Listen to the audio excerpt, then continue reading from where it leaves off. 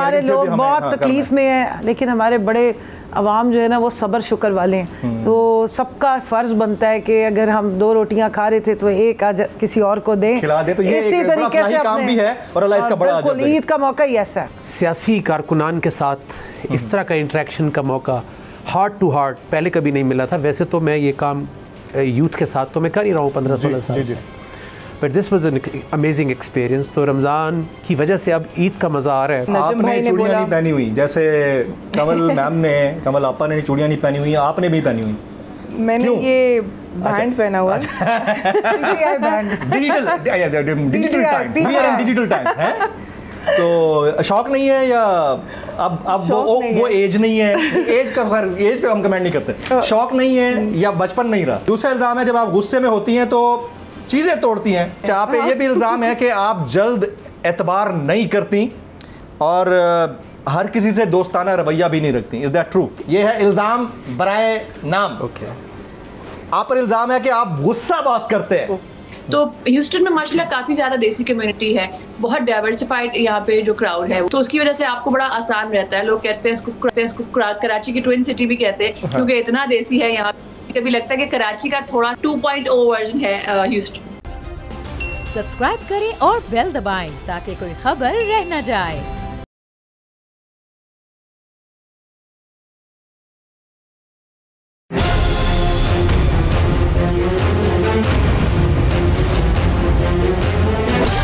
From the Islamabad studios of Bold Network, it's time for Jameel Farooqi on National Debate. अस्सलाम वालेकुम and very good evening. आप तमाम मुसलमानों को जहाँ जहाँ पर भी हैं सबको ईद की खुशियाँ बहुत बहुत मुबारक हों।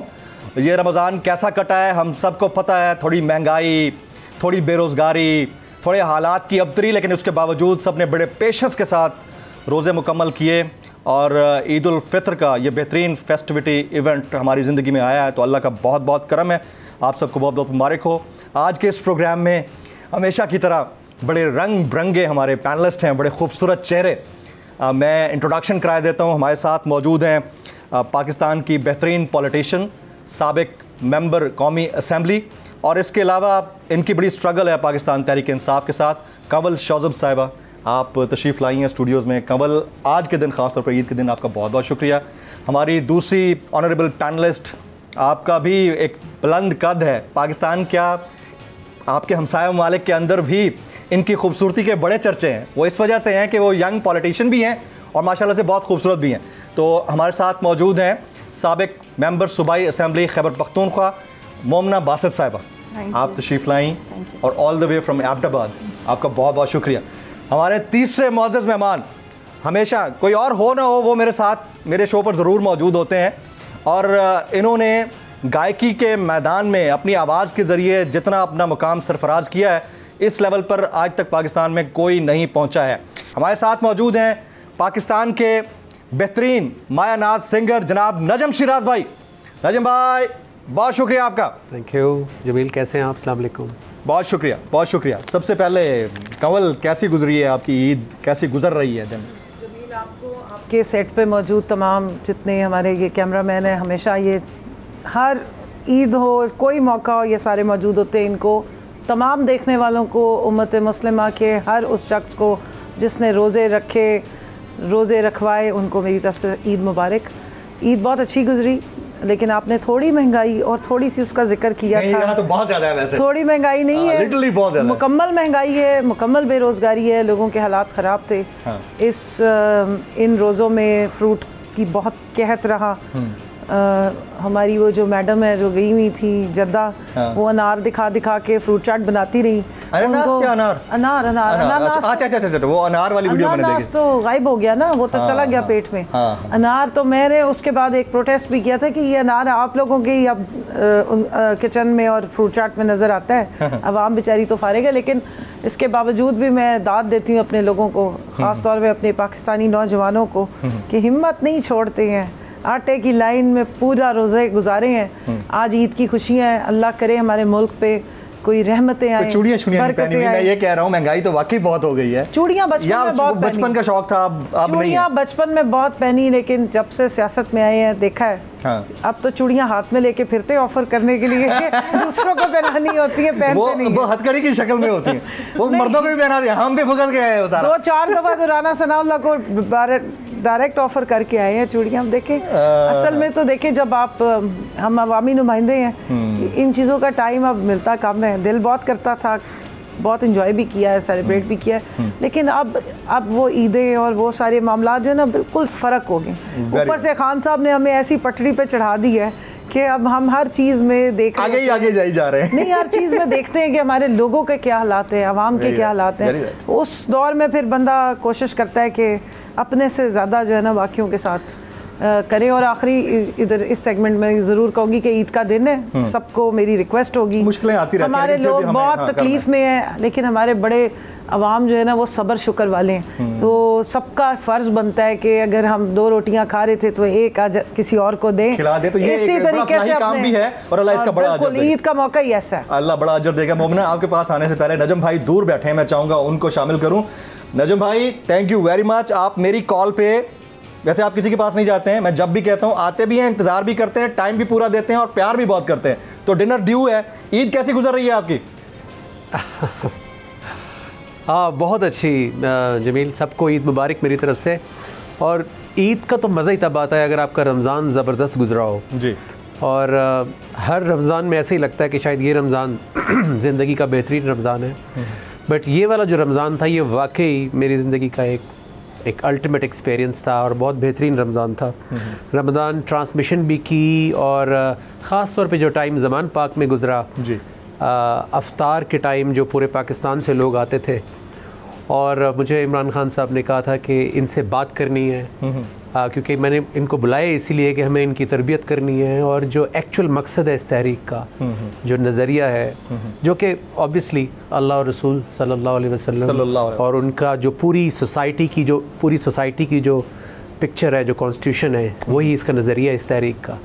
तो उसके ऊपर बात होती रही और ये मेरे लिए बहुत बड़ा एक्सपीरियंस था, बिकॉज़ सियासी कारकुनान के साथ इस तरह का इंटरेक्शन का मौका हार्ट टू हार्ट पहले कभी नहीं मिला था। वैसे तो मैं ये काम यूथ के साथ तो मैं कर ही रहा हूँ 15-16 साल से, but this was an amazing experience. तो रमज़ान की वजह से अब ईद का मज़ा आ रहा है कि कुछ थोड़ा सा एक काम किया इस रमज़ान में। सो इसलिए I am enjoying this Eid और अल्लाह करे कि जो भी हमने एफर्ट की है पाकिस्तान के अंदर उससे फ़र्क पड़े, बिकॉज़ खुशी है, टाइम ये खुशी के बलून से फट रहे हैं। टाइम की शायद जी टाइम की इतनी वैल्यू अभी हम नहीं कर पा रहे जमील, क्योंकि अमेरिका में या डेवलप्ड कंट्रीज़ में कहा जाता है कि time is money and money is time, right sir.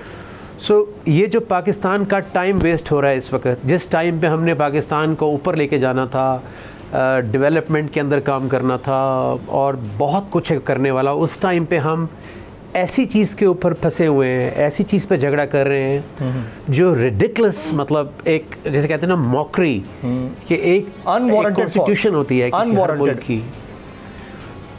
सो वो टाइम वेस्ट हो रहा है। इट्स नॉट जस्ट के हु विंस, आप टाइम वेस्ट कर रहे हैं एक कौम का, एक मुल्क का। और ये सिर्फ टाइम वेस्ट नहीं हो रहा है, इसमें हुकूक वेस्ट हो रहे हैं, बिकॉज़ इस टाइम में हॉस्पिटल्स बनने थे, इस टाइम में एजुकेशन, इस टाइम में टेक्नोलॉजी, इस टाइम में रिसर्च होनी थी, इस टाइम में बहुत कुछ हम आगे बढ़ सकते थे। जैसे कि डेवलप्ड कंट्रीज़ इस वक्त कंपटीशन में है कि कौन पहले टेक्नोलॉजी में और रिसर्च में आगे जाता है, बिकॉज जो आगे जाएगा वहाँ उसको ज़्यादा खुशहाली मिलेगी, वो ज़्यादा अपने लोगों का ख्याल रख सकेगा, ज़्यादा पैसा कमाएगा वो मुल्क। सो ये सबको इस वक्त सोचना है इस ईद पे, जब हम गले मिल रहे हैं सबको, तो फिर ये भी सोचना है कि क्या are we sincere, are we serious with this country और विद पूरी लीडरशिप जो भी इस वक्त जिस भी इदारे की लीडरशिप है, we have to get together and think. Very apt. Najam भाई साथ रहिएगा, मैं ज़रा मोमना को शामिल करता हूँ बड़ी दूर से। ईद के दिन अपने सारे काम काज छोड़ के एबटाबाद से ट्रैवल करके आई, और मैं जब भी और किसी टीवी पे नहीं जाती मोमना, इनकी ये भी बड़ी मेहरबानी है, आई अप्रिशिएट इट कि आप यहाँ पर आ जाती हैं। मोमना कैसी गुजर रही है ईद? जी अस्सलाम वालेकुम। सबसे पहले तो आपको यहाँ स्टूडियो में जितने लोग मौजूद हैं उनको, बोल टीवी को, और जितने मुहिब वतन पाकिस्तानी हैं, ओवरसीज़ पाकिस्तानीज़ हैं, मुस्लिम उम्मा है, सबको मेरी तरफ से बहुत बहुत ईद मुबारक। और ईद तो हर दफ़ा अच्छी ही गुज़रती है। वैसे तो अब आके जब हम छोटे थे तो लगता था कि ईद है तो बड़े हमारे वालिदैन को हम देखते थे तो हम कहते थे कितने बोरिंग हैं। तो अब वो बातें हमें सुनने को मिलती हैं हमारे बच्चों से। लेकिन ये है कि ईद का एक अलग मज़ा होता है, स्पेशली जो छोटी ईद होती है उसका, क्योंकि रमज़ान आपने गुजारा होता है तो वहाँ शुरू में रमज़ान ज़रा मुश्किल लगता है, लेकिन जब जा रहा होता है तो उस टाइम दुख भी हो रहा होता है। तो रमज़ान अल्हम्दुलिल्लाह बहुत अच्छा गुजरा। और जैसे नजम भाई ने बोला, नहीं पहनी हुई, जैसे कमल मैम ने, कमल आपा ने चूड़ियाँ नहीं पहनी हुई, आपने भी पहनी हुई। मैंने क्यों? ये बैंड पहना हुआ digital time, we are in digital time है। तो शौक नहीं है या अब वो एज नहीं है, एज का खैर एज पे हम कमेंट नहीं करते, शौक नहीं है या बचपन नहीं रहा? नहीं, शौक नहीं है, शौक नहीं, से ही चूड़ियाँ नहीं पहनती थी। अच्छा, तो ईद को कैसे सेलिब्रेट करती हैं? मैंने आप अभी तो बड़ी सिंपल आ गई हैं, मेहंदी लगाना या अभी भी है या नहीं है? बहुत कम वक्त लगाती हूँ क्योंकि मेरी वालदा जो है इनको मेहंदी पसंद नहीं है, तो वो शुरू से हमें भी नहीं लगाने देती थी। बस मुझे भी बस 50-50 है अभी भी। ऑब्वियसली यही जहन में होता है कि मामा ने देखा तो क्या बोलेंगी। तो ईद बहुत ज़बरदस्त गुजरती है। Obviously you get to meet your family and everything, फिर आप बच्चों के साथ उनकी खुशी में खुश होते हो। लेकिन जिस तरह से कमल ने भी बोला, जब आप मुल्क के हालात देखते हो तो वो बहुत दुख होता है। हमारे टाइम पे जैसे ईदें मनाई जाती थी, हमारे पेरेंट्स भी रिलैक्स होते थे, लेकिन अब वो खुशी किसी के चेहरे पे नज़र नहीं आती, क्योंकि जिस तरीके से इकोनॉमिकली हमारा मुल्क जो है नीचे चला गया है। पहले पॉलिटिकली, इकोनॉमिकली, हर तरह से बिल्कुल। और पहले हम लोग एग्जांपल्स देते होते थे इथोपिया की, कि जी इथोपिया जैसी गुर्बत या कुछ भी, हम तो उससे भी नीचे चले गए। तो ये आई थिंक होश के नाखून लेने का टाइम है हमारे जो सोचने वाले हैं इदारे और करने वाले, कि अगर ये मुल्क है तब भी आप भी हैं पावर में, आपकी भी कोई वक़्त है, अदरवाइज़ तो हम कुछ भी नहीं है। चलें ऐसा करते हैं, अब इस ईद को ज़्यादा बोरिंग नहीं करते। मैं कुछ थोड़े बहुत जो है ना सवालात वो मेरी टीम ने मेरे साथ शेयर किए हैं। उन्होंने कहा ये ज़रूर पूछना। वैसे आजकल तो इल्ज़ाम किसी के भी लग जाता है, हम सब भुगत रहे, ये हमारी बहन भुगत के आई है, मैं भुगत के आया हूँ, नजम भाई को नहीं छोड़ते। आप अभी शायद We are the chosen ones. We are the chosen ones। जिसका दिल करता है उठ के इल्ज़ाम लगा दो। लेकिन एक हमारा सेगमेंट है, हमने कुछ डिज़ाइन किया है इल्ज़ाम बराए नाम के उन्वान से। तो मोमना बासित पे जो इल्ज़ाम है, पहले मोमना स्टार्टिंग में मोमना, मैं नजम भाई की बात बाद में आता हूँ। स्टार्टिंग विद मोमना, आप पर इल्ज़ाम है कि आप तेज़ ड्राइव करती हैं। किसने इल्ज़ाम लगाया? ये अब तो यही तो अज़ाब है आपके सोशल मीडिया से उठा रहे हैं। उठाया पहले जाता है, इल्ज़ाम बाद में बस लगाया जाता है। नहीं, अब तो वो भी नौबत खत्म, बस उठा लिया जाता है, बस उठा लिया जाता है, इल्ज़ाम की भी जरूरत नहीं। और जब दिल करते हैं तो तब छोड़ भी दिया जाता है। नहीं है, आप तेज़ ड्राइव नहीं करती? गलत इल्ज़ाम। पहले करती थी थोड़ा बहुत, पर इतना तेज़ नहीं करती, केयरफुल ड्राइव करती। अच्छा, अब मैं सेगमेंट का हमारा वैसे टेम्पो ये था कि हम बाकियों से पूछते हैं आपके बारे में। अब सब आपको इतना तो मतलब नहीं फॉलो करते होंगे या जानते, एक दूसरे से इतना इंटरेक्शन नहीं होता, तो इसको आप तक ही रखते हैं। दूसरा इल्ज़ाम है आपके ऊपर कि आप बर्गर या मम्मी डैडी हैं। Not at all. Not at all. वैसे मैं इसको काफी जानती हूँ। अच्छा, मैं इनकी प्रेसिडेंट हूँ, ये मेरी रीजन की प्रेसिडेंट है। I know her inside out. अच्छा, नहीं है, ऐसा कुछ नहीं है, ऐसा कुछ नहीं है, बर्गर नहीं है। देखने में बर्गर है, वैसे बहुत देसी है, और ऐसे ऐसे देसी टोटके बताती है कि इसके टोटकों पे चले बंदा ठीक हो जाएगा। मोमना is connected with me for the last 4-5 years. I mean, और इतनी कोई डिसेंट ये बंदी हैं, जब भी इनसे बात करो आपको स्माइल मिलेगी। इनसे मैंने कभी अफसुर्दगी, सॉरी, रिग्रेट्स ऐसी कोई बात नहीं सुनी है। तो इसका मतलब बर्गर नहीं है, आप फुल देसी हैं, फुल देसी हैं, कुछ ज़्यादा ही देसी हैं। अच्छा, आप पे ये भी इल्ज़ाम है कि आप जल्द एतबार नहीं करती और हर किसी से दोस्ताना रवैया भी नहीं रखती। Is that true? तो ये अच्छी बात है। नहीं, ये बात ठीक है, ठीक है, मतलब एटीट्यूड में रहती हैं? नहीं, एटीट्यूड में नहीं रहती हूँ, मैं रिजर्व रहती हूँ। रिजर्व रहती हैं। चलें, अब ज़रा नजम भाई आपके पास आते हैं, आपके पास आते हैं। ये है इल्ज़ाम बराए नाम। ओके, आप पर इल्ज़ाम है कि आप गुस्सा बहुत करते हैं, क्या ये दुरुस्त है? वैसे मैं यहाँ पे भी कहूंगी मैंने नजम भाई को कभी गुस्से में नहीं देखा, ये इंतहाई मैंने भी नहीं देखा, लेकिन इल्जाम है सोशल मीडिया से, मैं क्या बहुत ही गलत इल्जाम भाईजान, मैं क्या कर सकता हूँ, सवाल है, मैं पूछना है मैंने। इतने ईद के दिन तो ये सवाल नरम दिल के आदमी गुस्से वाले हो ही नहीं सकते। Thank you Kamal, you rescued him very right. नरम दिल के नहीं है सर, ऐसा कुछ नहीं है। नहीं, तो ये तो शुक्र है गवाही आ गई फौरन। थैंक यू कमल। ऐसा कुछ नहीं। जमील गुस्सा बहुत किया है, और ये पुरानी माजी की खबर आई है। मुझे आज भी याद है, मैंने एक दफ़ा जब कुरान आया ना ज़िंदगी में, तो मैंने कॉल कर करके लोगों से माफ़ियाँ भी मांगी हैं। तो मैंने अपना एक प्रमोटर होता था, कॉन्सर्ट्स करवाता था, तो मैंने उसको कॉल किया। मैंने कहा यार मैंने हैदराबाद में ना तुम्हारे साथ अच्छा नहीं किया था, तो यार मैं इस तरफ आ गया हूँ, तो मैं तुमसे माफ़ी मांगता हूँ। तो कहता नजम भाई मुझे हैदराबाद तो याद नहीं है, लेकिन इस्लामाबाद एयरपोर्ट पे आपने मेरे साथ अच्छा नहीं किया था।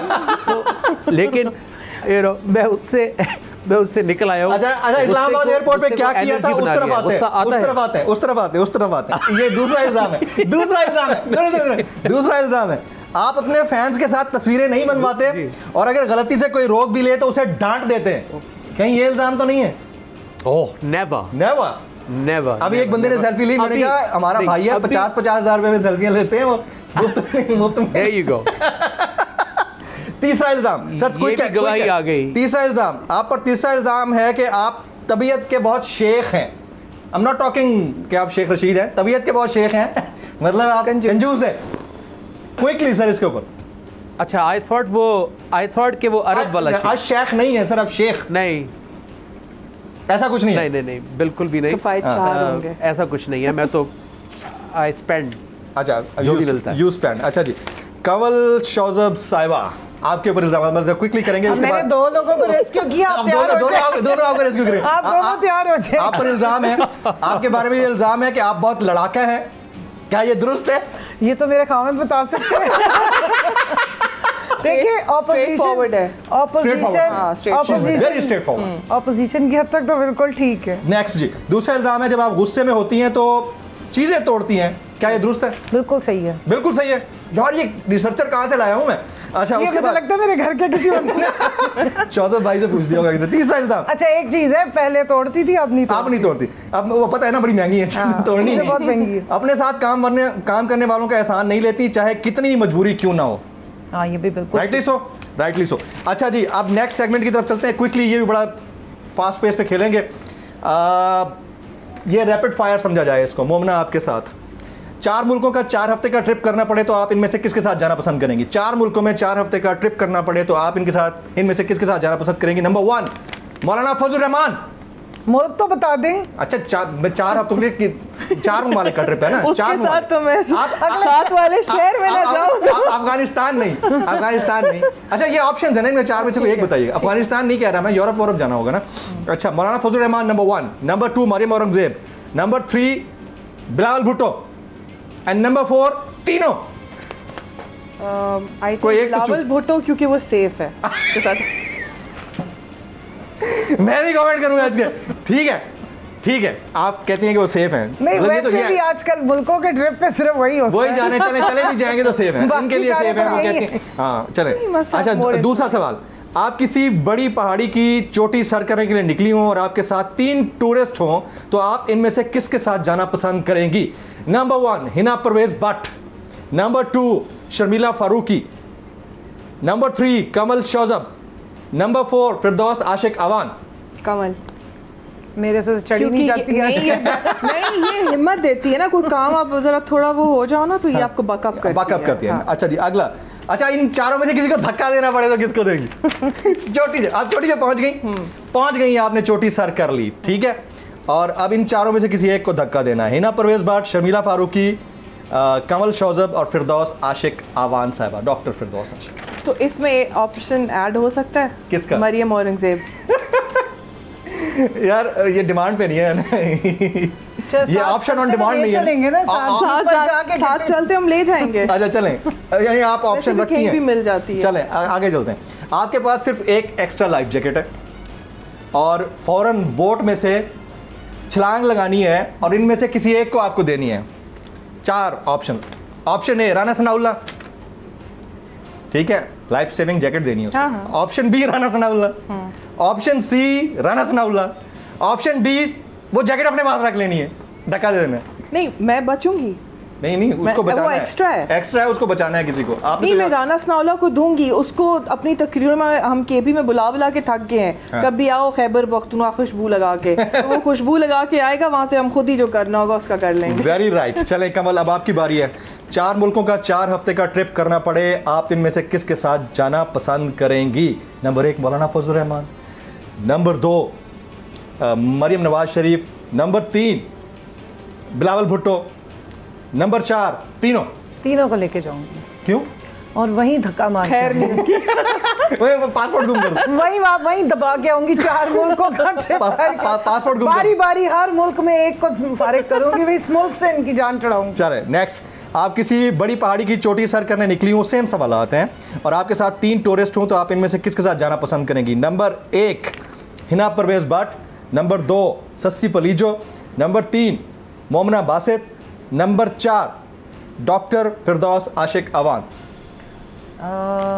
फिरदौस आशिक अवान। किसके साथ जाना पसंद करेंगे? डॉक्टर फिरदौस आशिक अवान। मोमना नहीं अच्छी लग रही है? मोमना तो पहले ही चली गई है बड़ी इंटेलिजेंट है, बहुत इंटेलिजेंट। अच्छा, अब इनमें से धक्का देना हो तो किसको देंगी? हिना परवेज भट्ट को। हिना परवेज भट्ट को धक्का देंगे। तो वेरी राइट। एक लास्ट आपके साथ जी, आपके पास सिर्फ एक एक्स्ट्रा लाइफ जैकेट हो और फौरन बोट में से छलांग लगानी हो, तो इनमें से किसकी जान बचाना पसंद करेंगी? मरियम नवाज शरीफ, तीनों ऑप्शन। चौथा नहीं, मैं अपने पास रखूंगी, मैं क्यों इसकी जान बचाऊंगी? Very right. नजम भाई, आपके पास? पूरे मुल्क की जान बचाऊंगी और छुड़वाऊंगी। नजम भाई, क्विक है।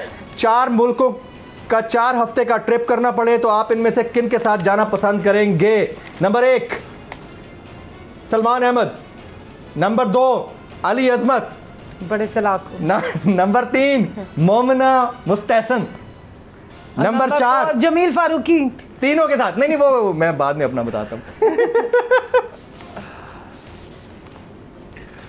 तीनों आई डोंट माइंड, लेकिन मेरा ख्याल है कि सलमान और मैं ज़्यादा एंजॉय करेंगे। अच्छी केमिस्ट्री है। आप किसी बड़ी पहाड़ी के चोटी सर करने के लिए निकले हों, आपके साथ 3 टूरिस्ट हों, आप इनमें से किसके साथ जाना पसंद करेंगे? Number 1 Imran Khan, number 2 Bilawal Bhutto, number 3 Maryam Nawaz Sharif. ये ऑप्शंस हमें क्यों नहीं दिया? हमें मुफ्त में चढ़वाएगी। You know the answer. Very much obvious है। अच्छा, इमरान खान। धक्का किसको देंगे? धक्का किसको देंगे? नहीं, धक्का नहीं दूंगा मैं। वो अपनी मौत खुद मरेंगे। धक्का नहीं दूंगा। मैं किसी का गुनाह अपने सर नहीं लूंगा। इतने जालिम नहीं है।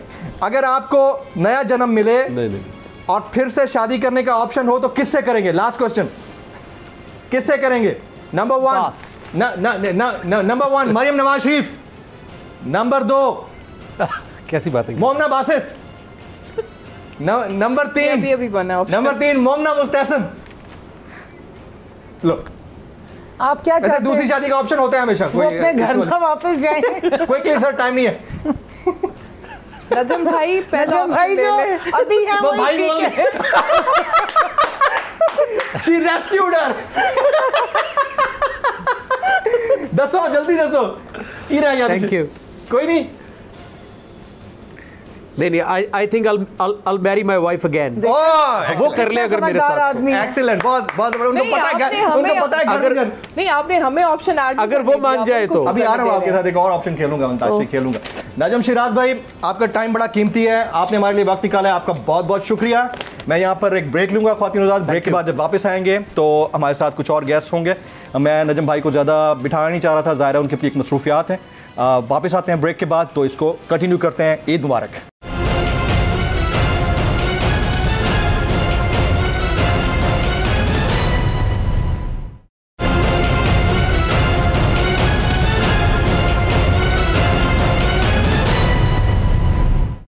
Welcome back. ईद मुबारक। अपने तमाम ऑनरेबल गेस्ट को एक बार फिर से खुश आमदीद कहते हैं। हमारे साथ कवल शौजब साहिबा बैठी हैं, मोमना बासित हैं, जबकि अभी हमें पता नहीं पाकिस्तान के कौन से कोने से सलमान अहमद भाई ने ज्वाइन किया है।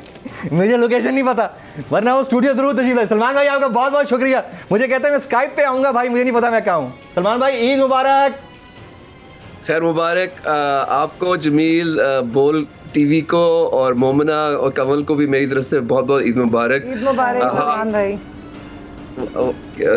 खैर मुबारक। सलमान भाई एक और गेस्ट भी है, मैं इंट्रोडक्शन करा देता हूँ, किसी तारुफ की मोहताज नहीं है, आजकल ह्यूस्टन में होती हैं, पाकिस्तान की बेहतरीन नामवर आर्टिस्ट, वहाँ पर एक टीवी चैनल के ऊपर मॉर्निंग शो होस्ट कर रही हैं, तहरीम ज़ुबैरी। किसी और टेलीविजन पर नहीं जाती हैं, मेरे पास आती है। तहरीम, आपका बहुत बहुत शुक्रिया, ईद मुबारक।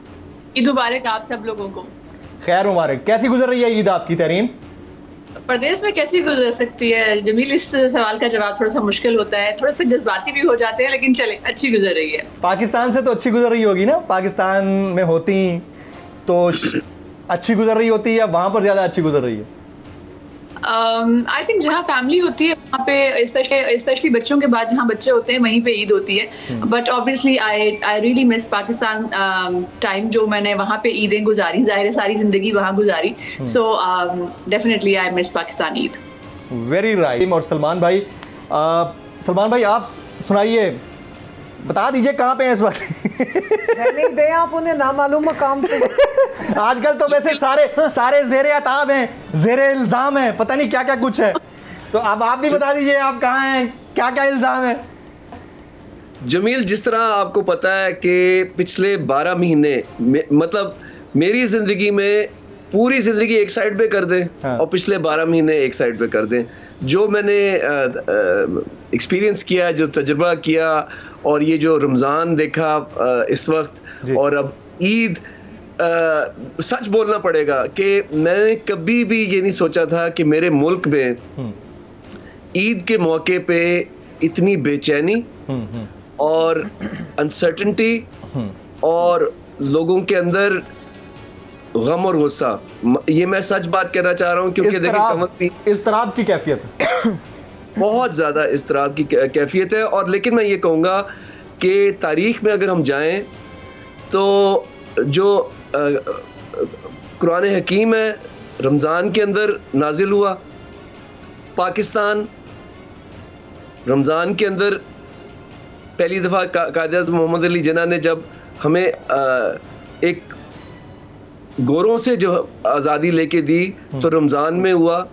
तो मुझे यकीन है कि ये जो अभी हमने रमज़ान गुजारा है, बहुत मुश्किल रमज़ान गुजारा है, जिसके अंदर हमारे दोस्तों को आपके साथ जो हुआ पिछले साल कस्टोडियल टॉर्चर, मैं ये आज ईद वाले दिन ये बातें नहीं कहना चाह रहा, लेकिन मैं लोगों को बताना चाहता हूँ कि ईद हमें ना ज़मीनी हक़ाइक़ को सामने रख के कि हमने हकीकी आज़ादी की जंग लड़नी है और ये जिहाद हमने जीतना है। तो आज मैं खुश इसलिए हूँ कि हम जिंदा हैं, मैं आपसे बात कर रहा हूँ, मोमिना भी हैं, कमल भी हैं, और जो हमारे दोस्त इस वक्त जिस तरह अली अमीन जो जिनको अगवा कर लिया गया, जी, और अल्लाह जानता है कि और कितने हमारे दोस्त जो अगवा की के, मेरे पे आपको पता है कि FIR है अभी तक तुर्बत बलोचिस्तान में, जी, धमकियां हैं, फैमिली को हैं। लेकिन सलमान भाई इसके ऊपर बहुत सारे ट्वीट्स भी मैंने किए हैं, फॉरवर्ड भी करता रहा हूँ, लेकिन यहाँ पर ना मौके की मुनासबत से, क्योंकि ईद का मौका है,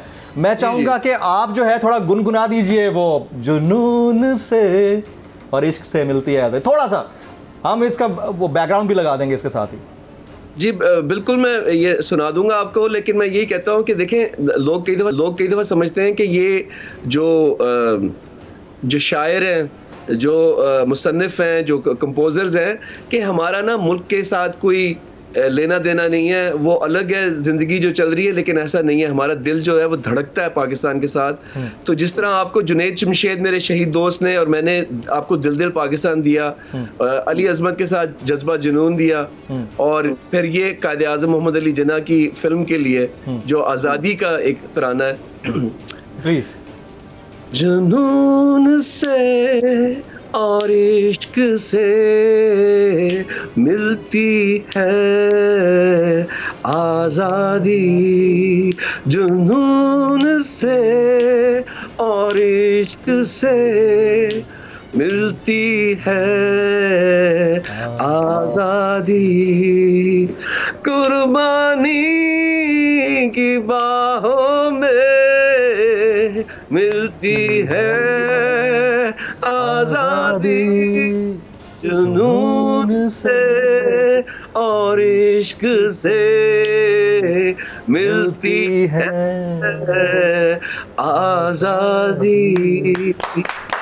एक्सीलेंट एक्सीलेंट। तहरीम, बड़े जबरदस्त झुमके पहने हुए हैं आपने, माशाल्लाह बहुत प्यारी लग रही हैं। ये आपका अपने डिजाइनर ज्वेलरी है, क्या है मुझे जरा बताएं ना थोड़ा। शुरू हो जाना, कहाँ से आए हैं झुमके, कहाँ से आए हैं झुमके, ये कहाँ से आए हैं सूट इतना जबरदस्त, ये कहाँ से आपने लिपस्टिक ली है?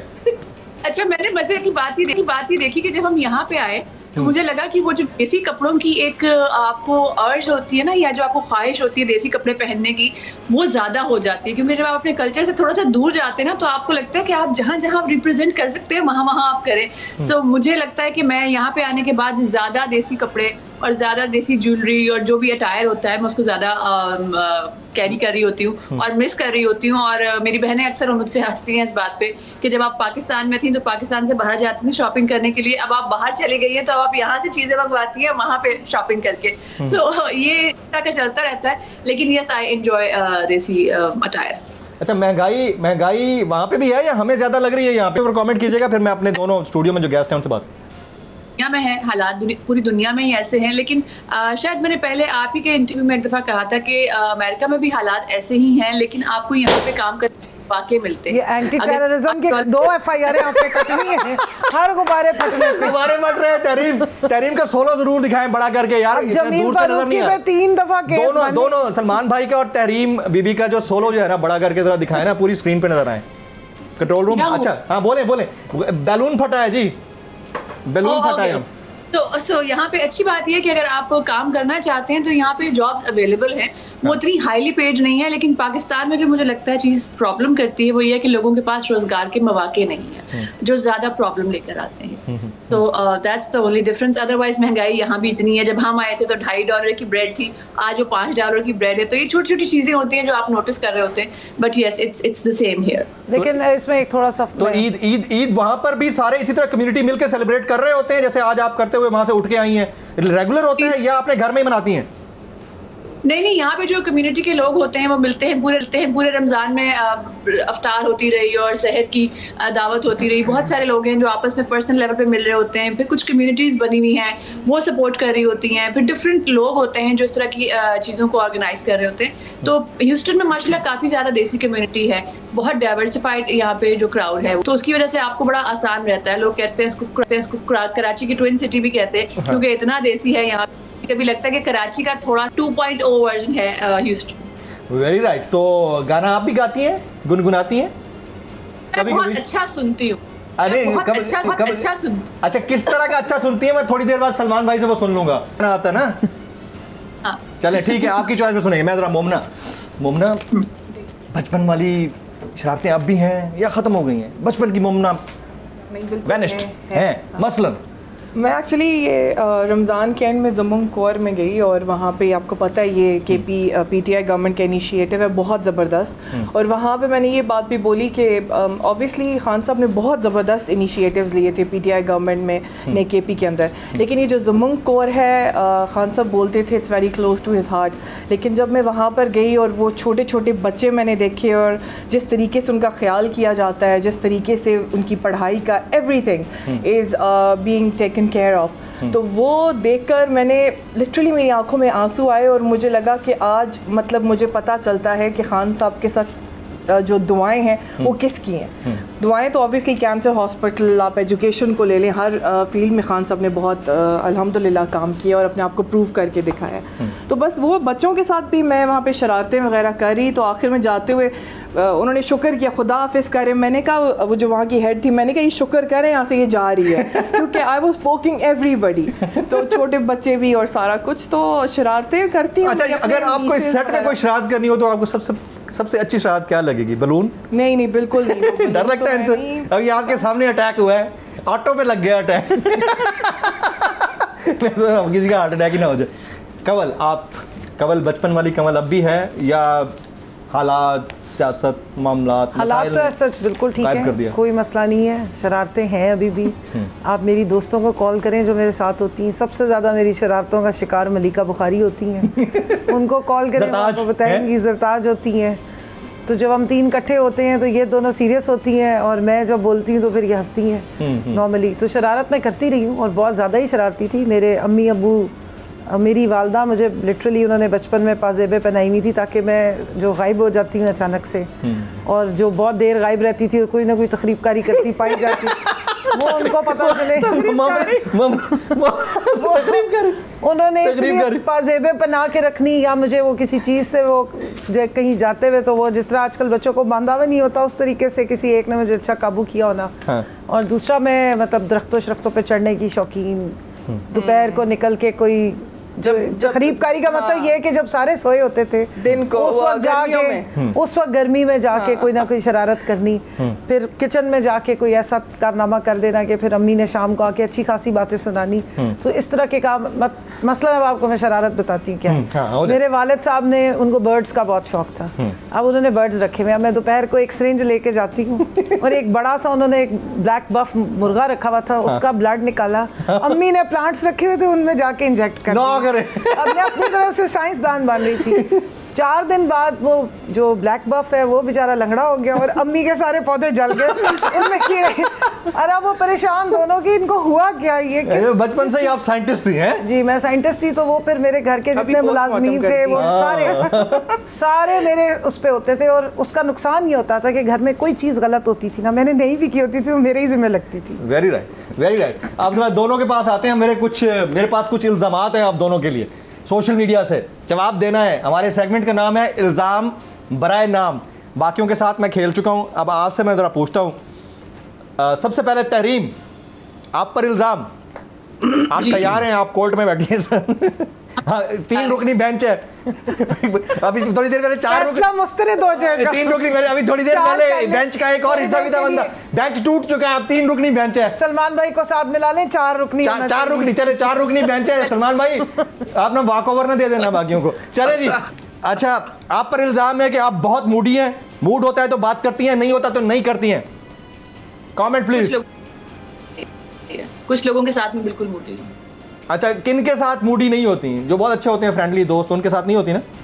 कुछ 2 4 5 लोग होते हैं, फ्रेंड्स होते हैं, उनका फोन मैं हमेशा उठाऊंगी, उनसे मैं हर हाल में बात करूंगी, मेरा मूड, लेकिन मैं हर किसी के लिए एक्सेसिबल नहीं होती। हाँ, ये बात सच है। Very right. अगला दूसरा इल्जाम है, आप अपने अदाकारों को बातों में लगाए रखती हैं, यानी उन्होंने गल्ला चला के रख दो और खुद घर से सारा स्क्रिप्ट रट के आ जाती हैं जब भी आपको ड्रामा शूट पे जाना होता है। Right wrong?